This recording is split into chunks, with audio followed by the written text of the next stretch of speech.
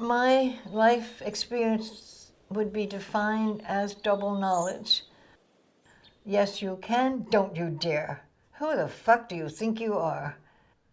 Okay, you can make films, but they're not really films. Okay, you can borrow my camera, but I think you're going to bleed all over it.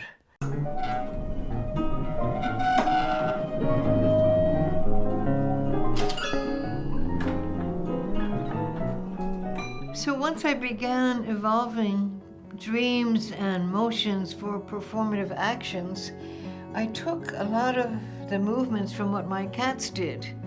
Certain kind of attention to scratching, jumping, always absorbing a mistake. When a cat makes a mistake, falling or something, it's not a mistake, it's just a different calculation. When I get an anemia, I've just had surgery on my leg. I haven't been in the studio for a year.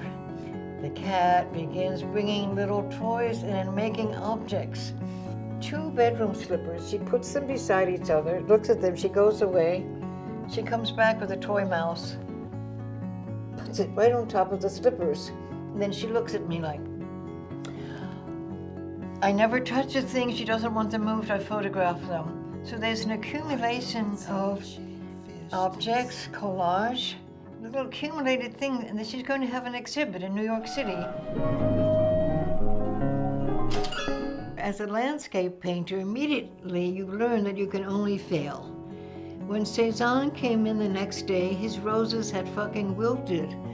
And I've read that he was in a fury at them. He said, I'm not ready for a new vase of flowers. I didn't finish this one.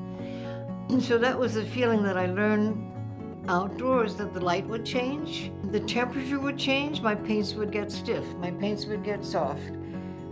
The wind would be blowing everything in another direction. So I love that intricacy, that my job is to extract whatever is constant and to accept whatever is happening that might not be my wishes.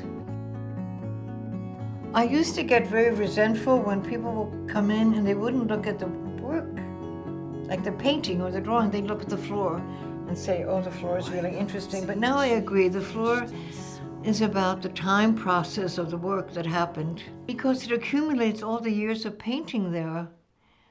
So I don't want to cover it or paint it over anything.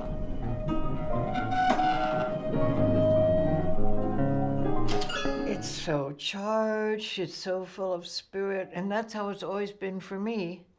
But when I was first here, camping out with my partner, James Tenney, it was very derelict. And it becomes our muse. He does all his early writing here. I do fuses. Meat Joy is dreamt here. Viet Flakes is first laid out here. I had to teach myself filming because I had the very close friendship through Jim Tenney with Stan Brakhage. Tenney did the early music for all the Brakhage black and white psychodrama films. Just so magical to sit here and type and look out the window through all the different seasons. Having lived in it so long, it becomes part of my physicality. And so my future now is trying to find a way to preserve a legacy of the house.